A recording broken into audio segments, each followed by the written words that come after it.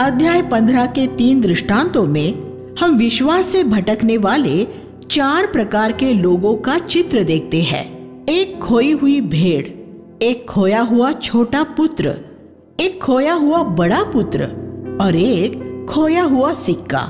और हम त्रैक्य परमेश्वर को भी देखते हैं। खोई हुई भेड़ एक ऐसे विश्वासी का चित्र है जो आकस्मिक रूप में या लापरवाही द्वारा भटक गया है।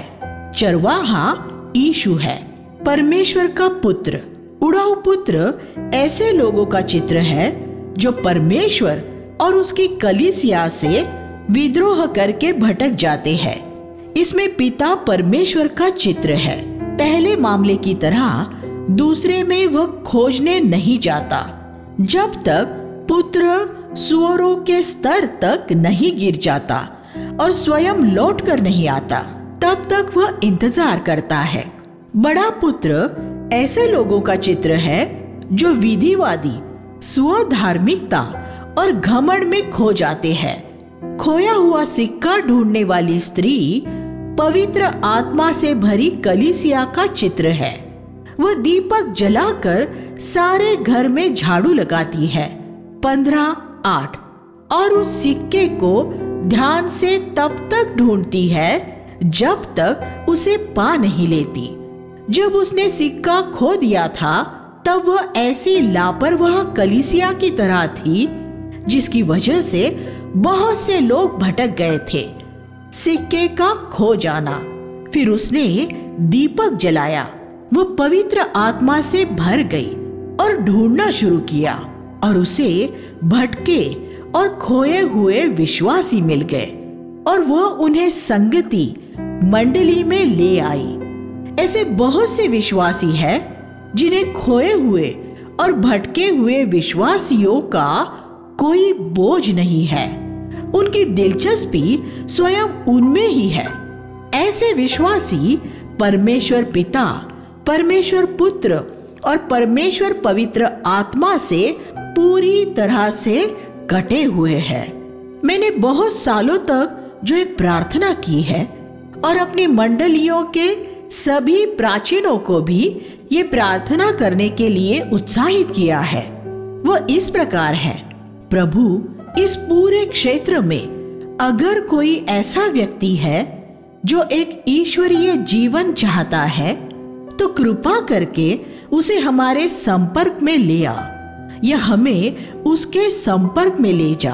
और अगर तू इन दोनों में से एक काम भी न करे तो हमें बता कि हम में क्या कमी है कि फिर हम उसे दूर कर सके और इस तरह हम तेरे साथ एक सही तालमेल में रहे और खोए हुओं को ढूंढ सके। मैं आपको उत्साहित करना चाहूंगा कि आप भी ये प्रार्थना किया करें। हम एक भेड़ को कैसे झुंड में लाते हैं, ये भी बहुत महत्वपूर्ण होता है। अगर झुंड में 99 भेड़ें ऐसी हैं जो बीमार है और एक दूसरे को काटने और फाड़ने वाली है, तो उस खोई हुई भेड़ का ऐसे झुंड में होने के बजाय जंगल में भटकते रहना ही अच्छा है। इसलिए हमें सिर्फ खोई हुई भेड़ के पीछे जाने वाली नहीं, बल्कि ऐसी सेवकाएं भी चाहिए जो झुंड की 99 भेड़ों को स्वस्थ और शांत रख सके।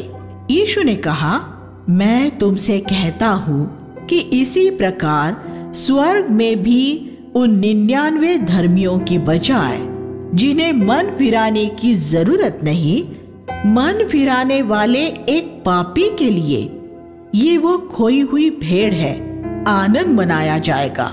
पद 7। ये कितनी अद्भुत कलीसिया झुंड है जिसमें ऐसे 99 धर्मी जन है जिन्हें किसी बात से मन फिराने की जरूरत ही नहीं है। ऐसा कैसे हो सकता है? ये इसलिए है क्योंकि वे प्रतिदिन अपना न्याय करते हैं और मन फिराते हैं। बहुत सालों से ये मेरी स्वयं की आदत रही है। इसके परिणाम स्वरूप पिछले सालों में लगभग हर एक दिन ही मुझे अपने जीवन में कुछ न कुछ ऐसा मिलता रहा है जो मसीह समान नहीं था, और मैंने उससे मन फिराया है और अपने आप को उससे शुद्ध किया है। अगर आप भी ऐसे बन जाएंगे तो आपको दूसरों में कमी निकालने का समय ही नहीं मिलेगा, क्योंकि आप अपने आप को शुद्ध करने में ही इतने ज्यादा व्यस्त रहेंगे। फिर आप ऐसे लोगों की एक कलीसिया बना सकते हैं जिन्हें मन फिराने की जरूरत नहीं होगी, और जहां खोई हुई भेड़ें आ सकती है और चंगाई पा सकती है। इसलिए हमें अपनी कलीसियाओं में लगातार मन फिराव का प्रचार करते रहना चाहिए। फिर धीरे धीरे एक समय गुजर जाने के बाद हम एक ऐसी कलीसिया तैयार कर पाएंगे जहां लोग खुद अपना न्याय करना सीख लेंगे और दूसरों का न्याय करना छोड़ देंगे। जब चरवाहे की भेड़ खो गई थी तो नुकसान चरवाहे का हुआ था। जब स्त्री का सिक्का खो गया था तब नुकसान स्त्री का हुआ था, और पुत्र के खो जाने के मामले में नुकसान पिता का हुआ था। इन सभी दृष्टांतों द्वारा यीशु ने ये सिखाया कि जब मनुष्य ने पाप किया तब परमेश्वर का ही कुछ खोया है। कलीसिया में हमारा काम यही है कि जो कुछ परमेश्वर का खो गया है वह उसके पास वापस ले आए। उड़ाऊ पुत्र एक बात जानता था कि उसका पिता उससे प्रेम करता है। इस वजह से ही उसने घर लौटने का फैसला किया था। उसके पिता को ये कैसे मालूम हुआ कि उसका पुत्र उस दिन घर लौटने वाला था? क्योंकि वह प्रतिदिन खिड़की में से देखता था और उसके आने की बाट जोहता रहता था। और एक दिन उसने उसे आते हुए देख लिया और वह उसका स्वागत करने के लिए दौड़ पड़ा। लेकिन बड़े पुत्र में उसके पिता के हृदय की संवेदना नहीं थी। वह अपने पिता के लिए बहुत कठोर परिश्रम करता था और उसकी सब आज्ञाओं का पालन करता था। पद 28 और 29। लेकिन उसमें खोए हुओं के लिए कोई आवेग नहीं था। उसकी अपने पिता के हृदय के साथ कोई संगति नहीं थी। उसने अपने पिता से एक बार भी ये नहीं कहा था, मैं अपने छोटे भाई को ढूंढने जाना चाहता हूँ, इसलिए कृपया मुझे जाने की अनुमति दे कि मैं उसे ढूंढ कर ले आऊं। दो प्रकार के मसीही सेवक और प्राचीन होते हैं। एक इस कहानी के पिता की तरह होते हैं, प्रेम और संवेदना से भरे हुए। दूसरे बड़े भाई की तरह होते हैं, कठोर, सख्त और व्यावसायिक। ये चुनाव हमारा होता है कि हम इन दोनों में से किसकी तरह होना चाहते हैं। इस कहानी के आरंभ में बड़ा पुत्र घर के अंदर होता है और छोटा पुत्र बाहर होता है, लेकिन कहानी के अंत में छोटा पुत्र घर के अंदर है और बड़ा पुत्र घर के बाहर है। परमेश्वर के राज्य में जो अभी पहले है वो आखिर में हो जाएंगे। बहुत से मसीही राज्य के बाहर पाए जाएंगे क्योंकि उन्होंने पिता के हृदय के साथ संगति नहीं की है। कलीसिया में हर एक भाई और बहन प्रभु का सेवक होना चाहिए और उसे खोए हुओं के लिए पिता के हृदय के साथ संगति में सहभागी होना चाहिए। जब मैं एक युवक था तब मेरी ये बड़ी अभिलाषा थी कि मैं एक सुसमाचार प्रचारक होकर उत्तर भारत में अपना जीवन बिताऊं। मैंने प्रभु से कहा कि वह मुझे जहां भी भेजेगा मैं वहां जाऊंगा और मैं अभी भी इस बात के लिए तैयार हूँ। लेकिन उसने मुझे उत्तर भारत जाने के लिए कभी नहीं कहा और मैं किसी ऐसी जगह कभी नहीं जाऊंगा जहां मुझे प्रभु ने न भेजा हो। फिर परमेश्वर ने मुझे सुसमाचार प्रचारक का नहीं लेकिन शिक्षक का दान दिया। लेकिन मेरी आज भी उत्तर भारत में प्रभु के काम में गहरी दिलचस्पी है, इसलिए मैं उत्तर भारत की जानकारी पाने के लिए मिशनरी पत्रिकाएं पढ़ता रहता हूँ। अगर आप मिशनरी नहीं हैं, तब भी मैं आशा करता हूँ कि आप में यह जानने की अभिलाषा होनी चाहिए कि संसार के कठिन क्षेत्रों में दूसरे लोग प्रभु के लिए क्या कर रहे हैं। धन के विषय में शिक्षा, अध्याय 16 से 21 धन के विषय से संबंधित है। यीशु ने धन के बारे में बहुत बात की है। सुसमाचारों में हम उसकी शिक्षा का 16% हिस्सा, हर एक 6 पदों में से एक पद धन के बारे में है। यीशु ने इस विषय को इतना ज्यादा महत्वपूर्ण जाना था, जबकि यीशु ने धन के प्रेम से मुक्त रहने की बात की थी। फिर भी ज्यादातर प्रचारक लोगों से दसवांश लेने का आग्रह करते हैं। एक ऐसी बात जो यीशु ने अपने शिष्यों को कभी नहीं सिखाई। उसने दसवांश देने की बात सिर्फ फरीसियों से कही, क्योंकि वे पुरानी वाचा के अधीन थे। मत्ती 23वां अध्याय 23वां वचन। जो पहला दृष्टांत यीशु ने यहाँ सुनाया वह एक बेईमान भंडारी के बारे में था। इस कहानी का सार ये है कि उस भंडारी ने अपने भविष्य के लिए इंतजाम करने की कोशिश की। वह जानता था कि उसकी नौकरी छूटने वाली थी, इसलिए उसने बेईमानी की। जब उसे नौकरी से निकाला जाए तो उसके ऐसे दोस्त हो जो उसे दूसरी नौकरी दे सके।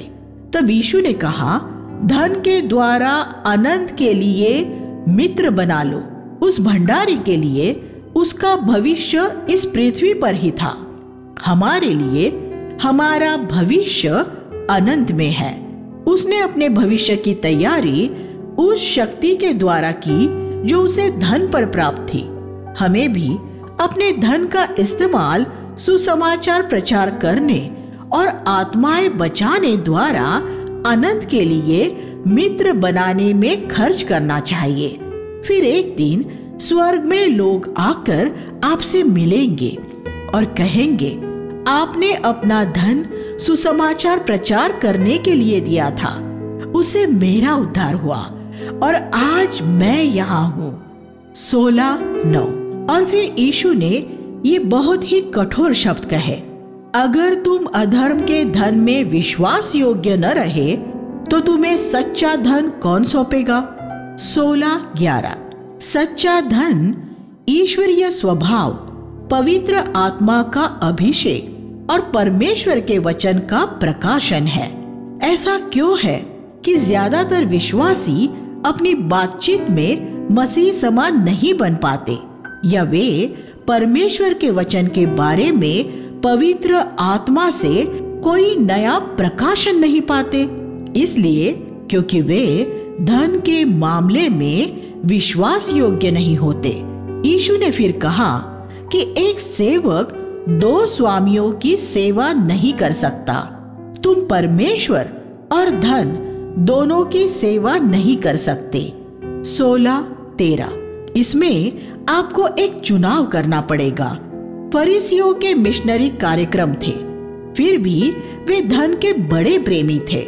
16:14। यीशु ने उनसे कहा, तुम ऐसे लोग हो जो मनुष्यों के सामने अपने आप को धर्मी ठहराते हो, लेकिन परमेश्वर तुम्हारे हृदय को जानता है। वह जो मनुष्यों की दृष्टि में अति सम्मानित है, वह परमेश्वर की दृष्टि में तुच्छ है। 16:15। मैंने इस वचन को हमेशा अपने सामने रखा है और अपने पूरे जीवन भर इसे याद रखना चाहा है। ऐसी बातों की एक सूची बनाए जो मनुष्यों की दृष्टि में अति सम्मानित है, और फिर ये जान ले कि परमेश्वर की दृष्टि में वे सभी बातें घृणित है जिन्हें मनुष्य बहुत श्रेष्ठ मानता है। आपके पास ऐसी कुछ बातें हो सकती है, लेकिन आप भी उनका वही मूल्यांकन करें जो परमेश्वर करता है। 0। उनके ऊपर कोई विचार या अहंकार न करें। क्या आप देखने में सुंदर या बुद्धिमान या धनवान या बहुत उच्च शिक्षा प्राप्त हैं? इनमें से किसी में कोई बुराई नहीं है, लेकिन ये न सोचे कि परमेश्वर इन बातों को मूल्यवान समझता है, क्योंकि इस जगत के ज्यादातर ईश्वरीय लोग न तो ज्यादा सुंदर, न बहुत बुद्धिमान, न बहुत धनवान और न बहुत उच्च स्तर की शिक्षा पाए हुए थे। परमेश्वर नम्रता और दीनता को, उसके प्रति एक आदर युक्त भय को मूल्यवान जानता है, जिसका संसार की नजर में कोई मूल्य नहीं है। अगर आप उन बातों को मूल्यवान जानेंगे जिन्हें परमेश्वर मूल्यवान जानता है, तो उसके लिए आपकी सेवा बहुत प्रभावशाली हो जाएगी। फिर यीशु ने एक धनवान व्यक्ति और एक निर्धन व्यक्ति लाजर की सच्ची कहानी सुनाई। 16-19 ये कोई दृष्टांत नहीं है, क्योंकि यीशु ने किसी भी दृष्टांत में नाम जैसे अब्राहम या लाजर इस्तेमाल नहीं किया था। ये एक ऐसे व्यक्ति की सच्ची कहानी है जिसे परमेश्वर ने बहुत सा धन सौंपा था, लेकिन जिसने उस धन से अपने किसी जरूरतमंद भाई की मदद नहीं की, बल्कि स्वार्थी होकर उसे अपने लिए ही इस्तेमाल किया। उसने अपने दरवाजे पर बैठने वाले गरीब भिखारी लाजर की भी कोई परवाह नहीं की थी। लाजर जो उसके द्वार पर बैठा रहता था, उसका अपना भाई था, क्योंकि वे दोनों ही अब्राहम, इसहाक और याकूब की संतान थे।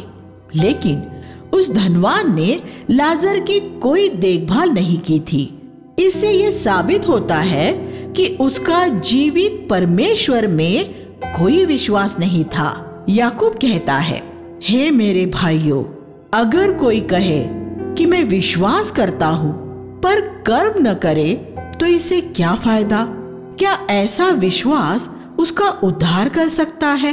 अगर किसी भाई या बहन के पास कपड़े न हो और उसे प्रतिदिन के भोजन की आवश्यकता हो, और तुम में से कोई उनसे कहे कुशल से चले जाओ, गरम और तृप्त रहो, पर उन्हें वह वस्तु न दे जो उनके शरीर के लिए जरूरी है, तो क्या लाभ? वैसे ही विश्वास भी अगर उसके साथ काम न हो तो अपने आप में मृतक है। याकूब 2 अध्याय 14 से 17। उद्धार विश्वास द्वारा है, और वह धनवान व्यक्ति इसलिए नरक में गया क्योंकि उसमें एक जीवित विश्वास नहीं था। जब लाजर मरा तो उसके दफनाए जाने के बारे में कुछ नहीं लिखा है। 16-22 शायद उसकी देह को कूड़े के ढेर में फेंक दिया गया था, लेकिन इससे लाजर को क्या फर्क पड़ता था, जबकि वह स्वयं परलोक में पहुंच गया था। लेकिन धनवान व्यक्ति की शव यात्रा बड़े धूमधाम से निकली थी।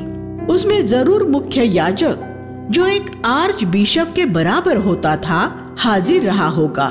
धर्म गुरु अक्सर धनवानों की दफन विधि में हाजिर रहते हैं, और उसने धनवान व्यक्ति के बारे में बहुत सी अच्छी बातें कही होगी।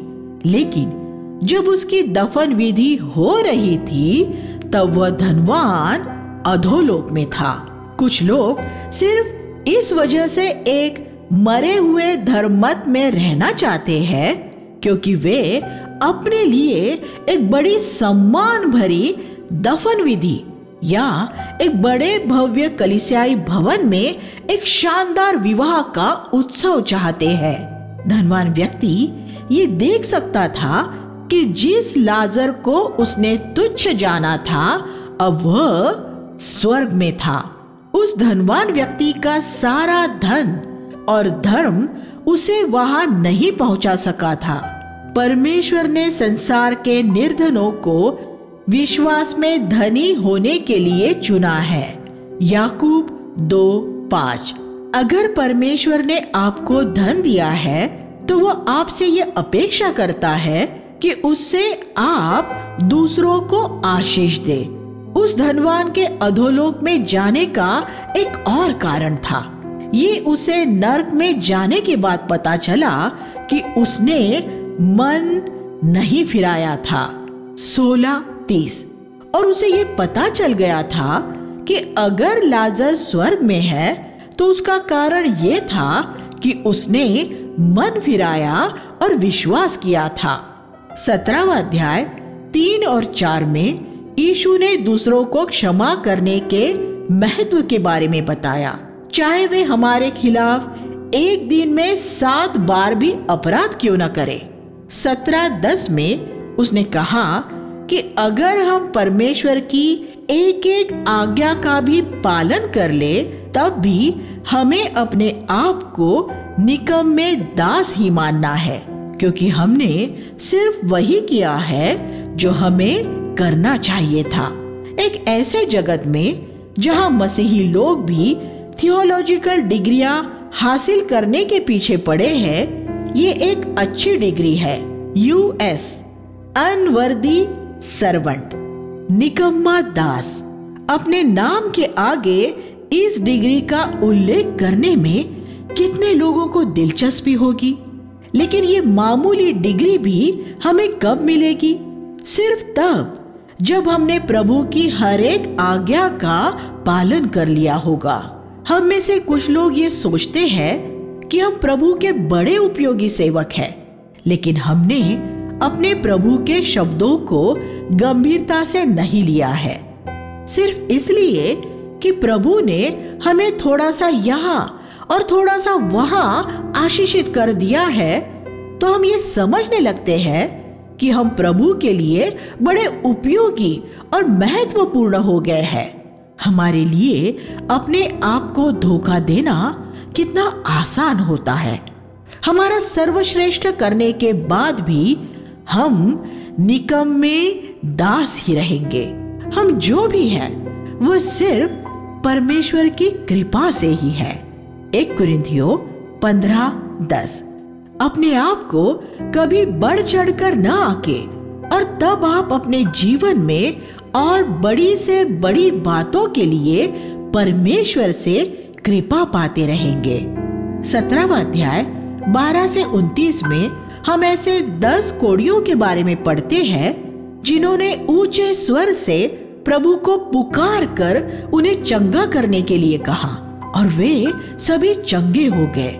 लेकिन उनमें से एक लौट कर आया और उसने ऊंचे स्वर से प्रभु को धन्यवाद दिया, और क्योंकि उसने धन्यवाद दिया इसलिए उसे कुछ और भी मिला। तेरे विश्वास ने तुझे बचा लिया है। पद 19। दूसरे 9 लोगों को सिर्फ शारीरिक चंगाई मिली थी। ये व्यक्ति एक तुच्छ सामरी था, लेकिन इसे वह मिला जो उन बाकी सम्मानित यहूदियों को नहीं मिला, उद्धार। जब आप प्रभु की आशीषों के लिए उसे धन्यवाद देते हैं तो आपको कुछ और भी मिलता है। मसीह का दूसरा आगमन। फिर यीशु ने अपने दूसरे आगमन के बारे में बात की। हम जो मत्ती 24 में पढ़ते हैं उसे पवित्र आत्मा ने यहाँ दोहराया है, क्योंकि वह नहीं चाहता कि कोई धोखा खाए। उन पर विश्वास न करे जो ये कहते हैं, देखो वो गुप्त रूप में यहाँ है या वहां है, उसका आना सबके सामने होगा। वैसे ही जैसे बिजली का आकाश के एक छोर से दूसरे छोर तक चमकना होता है। यीशु ने बात बार बार स्पष्ट रूप में कही कि वह गुप्त रूप में नहीं आएगा, सिर्फ एक दूसरा आगमन होगा।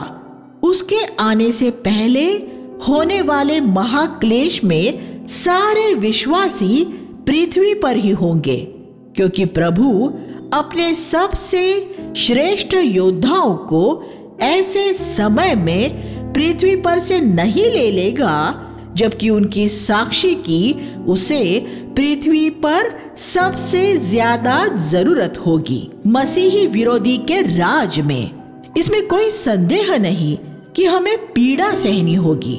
इसमें भी कोई संदेह नहीं कि बहुत से लोग विश्वास से भटक जाएंगे, लेकिन कुछ लोग प्रभु के प्रति सच्चे बने रहेंगे और उसके नाम की महिमा करेंगे।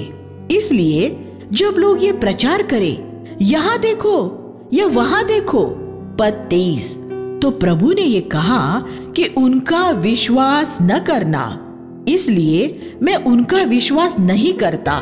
किसी भी प्रेरित ने न तो इस विचित्र धर्म सिद्धांत का प्रचार किया और न ही उनका इस पर विश्वास था।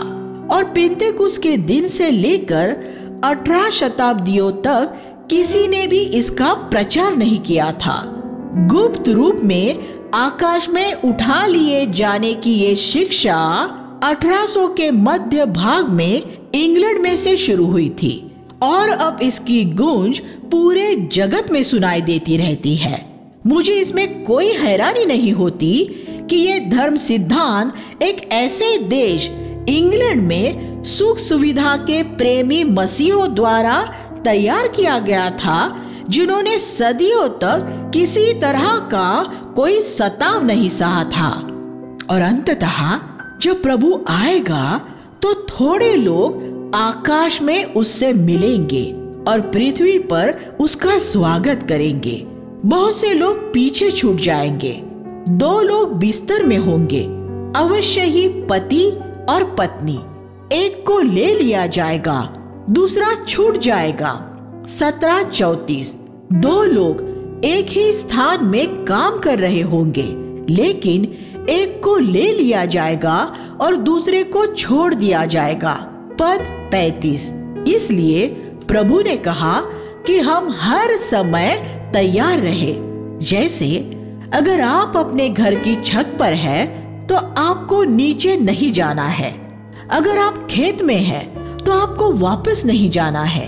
उन दिनों लोग खेतों में काम करते थे, आज हम कार्यालयों में काम करते हैं। मैं आपको समझाता हूँ कि असल में प्रभु क्या कह रहा था। मान ले कि प्रभु के आने के समय आप अपने कार्यालय में हैं, तो आपको ये न कहना पड़े, प्रभु थोड़ा रुक जा, आज सुबह मैं अपनी पत्नी से झगड़ कर आया हूँ, इसलिए मुझे उससे क्षमा मांगने जाना है। हर समय तैयार रहने का अर्थ है कि आपने अपना सारा हिसाब किताब चुकता कर रखा है। अगर आप छत पर हैं, तो आप वहां से प्रभु के पास उठा लिए जाने को तैयार है। आपके घर में आपका किसी भौतिक वस्तु से कोई लगाव न हो। प्रभु के आने के लिए तैयार रहने का अर्थ है कि आपका विवेक बिल्कुल शुद्ध है और आप हर समय पृथ्वी की हर एक बात से पूरी तरह अलिप्त है। 18वां अध्याय 1 से 7 में यीशु ने एक बार फिर लगातार प्रार्थना करते रहने के बारे में बात की। यीशु ने प्रार्थना के बारे में जो 2 दृष्टांत कहे, वे दोनों ही लगातार प्रार्थना करते रहने पर जोर देते हैं। अध्याय 11 में दूसरों की सेवा करने के लिए सामर्थ की जरूरत थी। यहाँ शैतान के सताव से व्यक्तिगत छुटकारे की जरूरत है। विधवा एक विश्वासी का चित्र है। प्रभु ने विश्वासियों का चित्रण हमेशा कमजोर और मजबूर लोगों के रूप में ही किया था। एक विधवा या एक भेड़, ये इसलिए है कि हम अपनी क्षमताओं पर कोई भरोसा न करते हुए परमेश्वर से मदद पाने की खोज में रहे। जब हम डरे हुए और पाप से हारे हुए होते हैं, तब हम शैतान द्वारा सताए जा रहे होते हैं। हमें तब तक परमेश्वर की खोज में रहना चाहिए जब तक कि हमें शत्रु के सताव से छुटकारा न मिल जाए। विधवा ने तब तक लगातार न्यायाधीश से न्याय की मांग की जब तक कि उसे उसके विरोधी से छुटकारा नहीं मिल गया। हमें भी ऐसा ही करना चाहिए। लेकिन यीशु ने इस दृष्टांत का अंत ये कहते हुए किया कि जब वह पृथ्वी पर लौटेगा, तब वह ऐसे बहुत कम लोग पाएगा जिनमें लगातार जय पाने वाले जीवन के योग्य विश्वास होगा। 18 8। हम अब इन्हीं दिनों में रह रहे हैं। बहुत से मसीही अब सिर्फ ऐसे धर्म सिद्धांतिक तर्कों में ही अपना समय व्यतीत करते हैं कि क्या ऐसी जय पाना संभव है या नहीं। लेकिन यीशु ने कहा कि सिर्फ वे लोग ही नया बल पाएंगे जो अपने पापों के लिए शोक करेंगे। हम जितना ज्यादा अपनी असहाय दशा को स्वीकार करेंगे, हम उतना ही ज्यादा प्रार्थना में मदद के लिए परमेश्वर के पास जाएंगे और जय पाने के लिए आंसुओं से रात में अपने तकिए भिगोएंगे और तब हम जय पा लेंगे। यीशु ने जो अगला दृष्टांत सुनाया 18वां अध्याय 9 से 14, वह स्वधर्मी लोगों के घमंड का पर्दाफाश करने के लिए था। फरीसी और चुंगी लेने वाले का दृष्टांत। यहाँ जो फरीसी है वह परमेश्वर से प्रार्थना तक नहीं कर रहा है, वह अपने आप से ही प्रार्थना कर रहा है। पद 11, वही स्वयं अपना ईश्वर था। एक घमंडी व्यक्ति अपनी ही आराधना करता है और अपनी ही प्रार्थना, उपवास, दसवांश, मिशनरी काम आदि की बढ़ाई करता है। उस नम्र और दीन चुंगी लेने वाले ने अपनी छाती पीटकर प्रार्थना की, मुझ पापी पर दया कर। उसने अपने आप को इस तरह से पापी कहा कि मानो पृथ्वी पर वही अकेला पापी था। इसलिए वह धर्मी ठहराए जाकर उसके घर लौटा। जो पहले है वे अंतिम हो जाएंगे और जो अंतिम है वे पहले हो जाएंगे। फिर धन से संबंधित 2 और घटनाएं हुई। पहली घटना में एक युवा शासक यीशु के पीछे चलने की कीमत चुकाने को तैयार नहीं हुआ और मुड़कर चला गया। 18वां अध्याय 18 से 27। दूसरी घटना जक्कई के बारे में है, जो कि एक धनवान चुंगी लेने वाला था, जिसने अपने जीवन में बहुत से लोगों को ठगा था। 19वां अध्याय 1 से 10। लेकिन जक्कई प्रभु को देखने के लिए बड़ा उत्सुक था, इसलिए वह एक पेड़ पर चढ़ गया था। जब यीशु उस रास्ते से जा रहा था तब पवित्र आत्मा ने उससे रुकने और पेड़ पर देखने के लिए कहा। फिर प्रभु ने जक्कई से कहा कि वह उसके घर में ठहरना चाहता है। जक्कई उत्तेजना से भर गया, लेकिन जब प्रभु उसके घर के सामने आया तो जक्कई खड़ा रह गया। पद 8, मानो वो कह रहा हो, प्रभु तू तो पवित्र है, तू मेरे घर में नहीं आ सकता, क्योंकि मैंने ये घर अधर्म की कमाई से लोगों के साथ बेईमानी करके बनाया है। लेकिन प्रभु, मैं अब अपनी आधी संपत्ति गरीबों को दे रहा हूँ और जिससे भी मैंने बेईमानी से जो कुछ लिया है मैं उसका चौगुना उसे लौटाने के लिए तैयार हूँ। जक्कई कैसे बदल गया?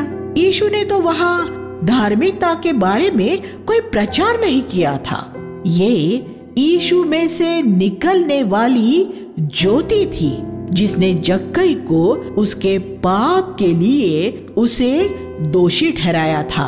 पुरानी वाचा में ये लिखा था कि जब तुम किसी के नुकसान की भरपाई करो तो उस राशि के साथ 20% जोड़कर वापस लौटाओ। गिनती 5-7। लेकिन यहाँ जक्कई 300% जोड़कर लौट रहा था, क्योंकि उसके पास लोगों का धन बहुत सालों से था और वह उनका धन उन्हें पूरे ब्याज के साथ लौटाना चाह रहा था। जैसे ही यीशु ने यह सुना, उसने कहा कि आज इस घर में उद्धार आया है। 19:9। जब एक व्यक्ति वह करने के लिए तैयार हो जाए जो जक्कई ने किया था, तो आप यकीन के साथ कह सकते हैं कि उसने उद्धार पा लिया है।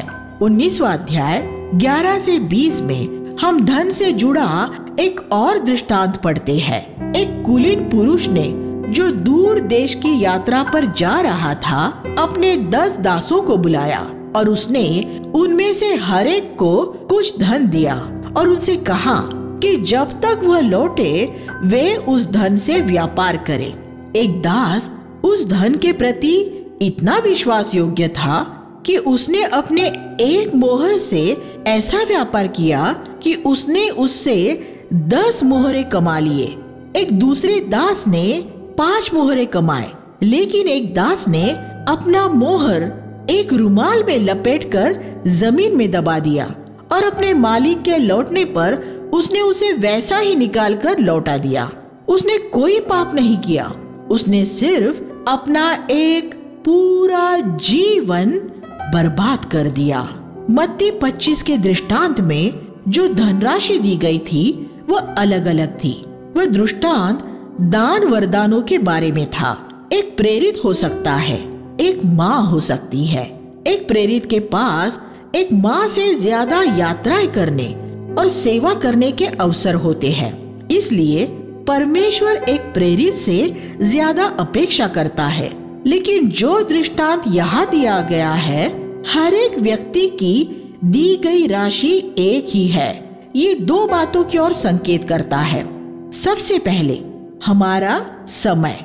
हम सबके पास प्रतिदिन एक सा समय होता है, 24 घंटे। लेकिन हम अपने समय के साथ क्या करते हैं इसमें फर्क होता है।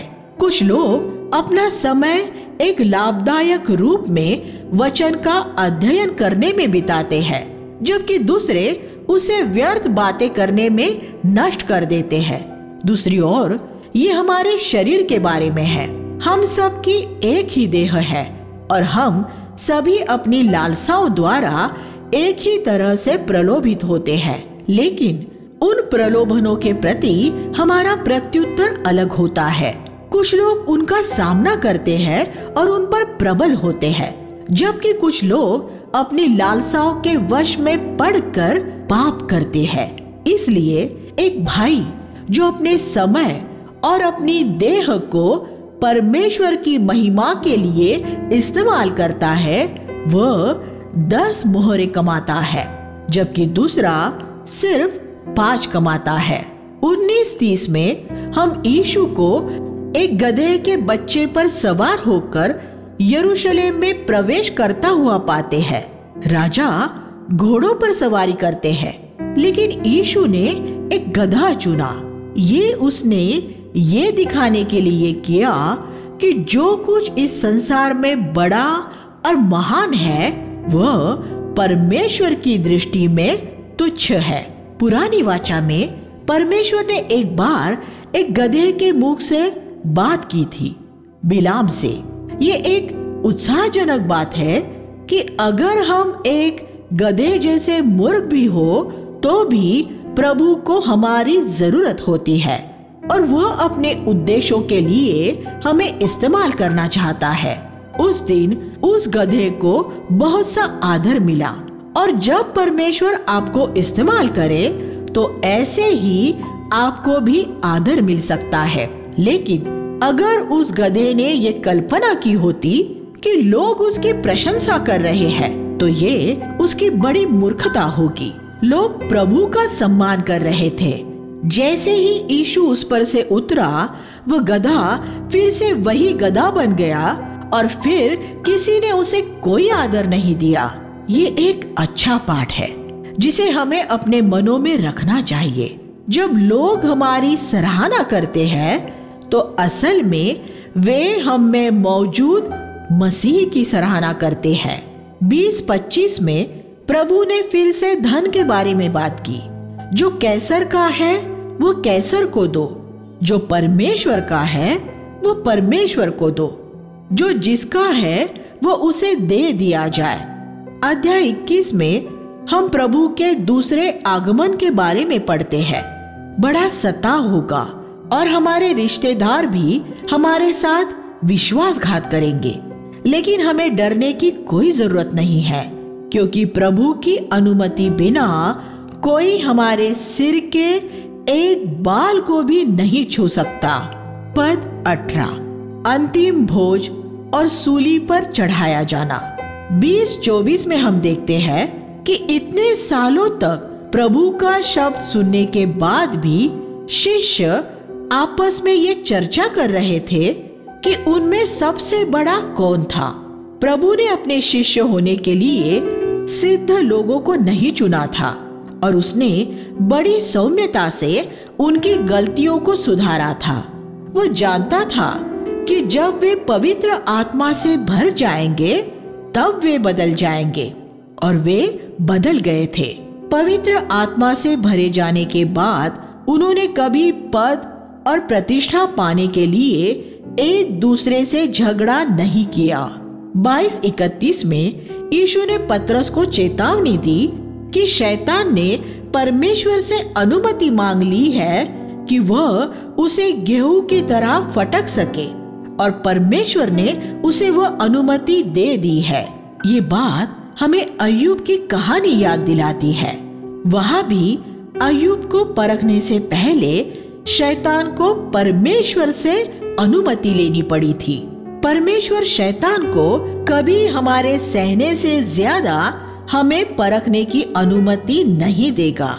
1 कुरिन्थियों 10:13। जब भी शैतान को हमें पीड़ित करना, प्रलोभित करना, हम पर हमला करना या हमें सताना होता है तो उसे परमेश्वर से अनुमति लेनी पड़ती है। इस सच्चाई से हमें बहुत तसल्ली हो जानी चाहिए। और यीशु ने पतरस से कहा कि जब शैतान उसे परखेगा तब वह गिर जाएगा। 1 बार नहीं, 3 बार गिर जाएगा। फिर भी यीशु ने यह प्रार्थना नहीं की कि पतरस न गिरे। उसने सिर्फ ये प्रार्थना की कि पतरस का विश्वास निष्फल न हो। यीशु ने यह प्रार्थना क्यों नहीं की कि पतरस न गिरे?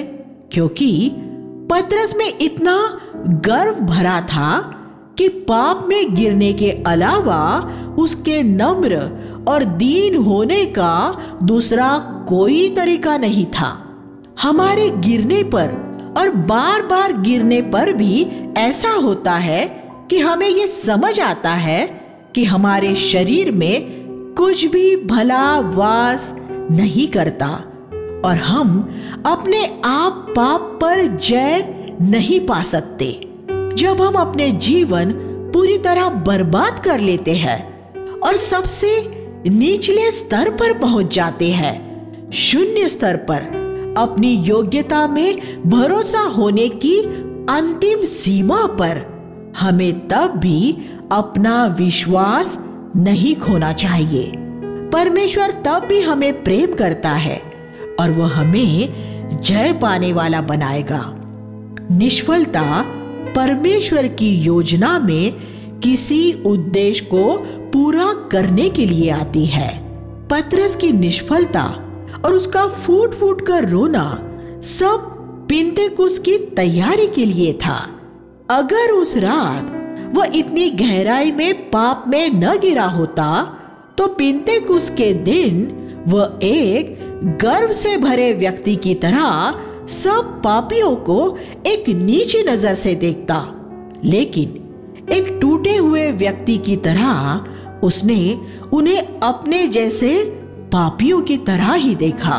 उसने ये महसूस किया कि वह सबसे बड़ा पापी था। परमेश्वर इस तरह के व्यक्ति को ही चुनता है, उसे पवित्र आत्मा से भरता है और उसे अपनी सेवा के लिए इस्तेमाल करता है। और अब पवित्र आत्मा द्वारा भरपूरी से इस्तेमाल किए जाने पर भी पतरस गर्व नहीं कर सकता था, क्योंकि वह जानता था कि वह किस हद तक निष्फल हुआ था। 23वां अध्याय 40 से 42 में हम सूली पर लटके और उद्धार पाए हुए डाकू से 2 पाठ सीख सकते हैं। सबसे पहले उसने ये जान लिया था कि यीशु ने कोई गलत काम नहीं किया था। ये उसने कैसे जाना था? ये उसने यीशु के उस व्यवहार को देखकर जाना था जब उस पर दोष लगाया जा रहा था। उस डाकू ने ऐसे बहुत लोग देखे थे जो सूली पर चढ़ाए जाते समय श्राप और गालियां देते थे, लेकिन यहाँ वह एक ऐसा व्यक्ति देख रहा था जो ये कह रहा था, पिता, इन्हें क्षमा कर, क्योंकि ये नहीं जानते कि ये क्या कर रहे हैं। इससे उसकी आंखें खुल गई। इससे उस रोमी सूबेदार की भी आंखें खुल गई थी, जिसने ये स्वीकार किया, वास्तव में ये परमेश्वर का पुत्र है। जब दूसरे लोग हमें एक क्षमा करने वाला स्वभाव देखते हैं, तब वे भी अपने पाप के लिए दोषी ठहरते हैं। दूसरी बात ये कि जबकि दूसरा डाकू सूली से नीचे उतरना चाह रहा था, उसे तो यकीन था कि वह मृत्युदंड के योग्य ही नहीं है। तब इस डाकू ने ये स्वीकार किया कि वह मृत्युदंड के योग्य है। आदम ने अपनी पत्नी पर दोष लगाया था और उसे अदन में से निकाल दिया गया था। इस डाकू ने अपना पाप स्वीकार किया और वह उसी पल सुखलोक में स्वीकार कर लिया गया। 23:43 सुखलोक उन्हीं के लिए तैयार किया गया है जो ये मानने में ईमानदार होते हैं कि उन्होंने पाप किया है और वे नरक में फेंके जाने लायक है। 24वां अध्याय 13 से 33 में हम ऐसे 2 शिष्यों के बारे में पढ़ते हैं जो इम्माउस नाम के एक गांव के मार्ग पर जा रहे थे और जी उठा यीशु उनके साथ आकर चलने लगा था। वह 7 मील का रास्ता था और धीमी चाल से चलने पर वह 2-3 घंटे का रास्ता था। और उस पूरे समय उन शिष्यों को उत्पत्ति से लेकर मलाकी तक का बाइबल अध्ययन कराया गया। उसने इन सब शास्त्रों में उन्हें मसीह दिखाया। 24:47 और जब वह बोल रहा था तो उनके हृदय उनके भीतर जल रहे थे। 24:32 जब यीशु बोलता है तब ऐसा ही होता है, उत्तेजना उत्पन्न होती है। जो वचन का प्रचार करते हैं उन्हें इसी तरह प्रचार करने की लालसा करनी चाहिए। ऐसा प्रचार जिसमें लोगों की आंखें खुल जाती है और वचन सुनते समय उनके हृदय उनके भीतर जलने लगते हैं, उत्तेजना उत्पन्न होने लगती है। अंततः अपने 11 शिष्यों को मिलने के बाद उसने उनसे कहा कि वे यरूशलेम में तब तक इंतजार करें जब तक कि वे स्वर्गीय सामर्थ से परिपूर्ण न हो जाए। 24:49 उन्होंने उसकी आज्ञा का पालन किया और अगले 10 दिन परमेश्वर की स्तुति करते हुए बिताए। 24:53 स्तुति के उस वातावरण में ही पवित्र आत्मा ऊपरी कक्ष में उन पर उतरा था। आज भी पवित्र आत्मा स्तुति के ऐसे वातावरण में ही लोगों पर उतरता है। हालेलुया। आइए हम प्रार्थना करें। हे स्वर्गीय पिता, हम आपके वचनों के लिए धन्यवाद देते हैं। हम प्रार्थना करते हैं कि इस अद्भुत सुसमाचार से हमने जो कुछ भी सीखा है, जो कि लूका ने सावधानी पूर्वक जांचा और लिखने के लिए इतनी परेशानी उठाई है, हमारे हर एक के जीवन में अनंत परिणाम लाएगा। हम यीशु के नाम में प्रार्थना करते हैं। आमीन।